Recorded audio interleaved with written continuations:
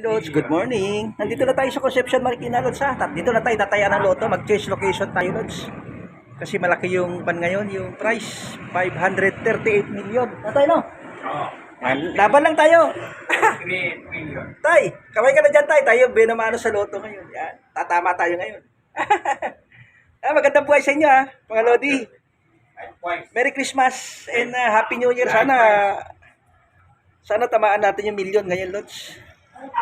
Kailangan mag-wish na tayo. Itong mulatahan, Lods, 7:15 AM. Bukas na. Dito sa Concepcion Marikina, malapit sa simbahan. Lods, ha? Laban lang tayo. Stay strong lang, kaya natin yun. Lods, ha? Concepcion Marikina, mga Lodi. Pauwi na si Lods yun, galing ng work. Yan, mga Lods. Dito tayo sa loto ngayon, Lods, ha? Tayo yung benomano sa machine. December 26, 2023, 7:25 AM na, mga Lodi. Yan, dalawa kami ni Tatay benomano ngayon. Tay, kung sino yung mananalo sa atin dalawa, balato, ha? Oo.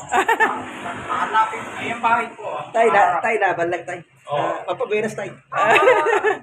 Kasi December 26 na.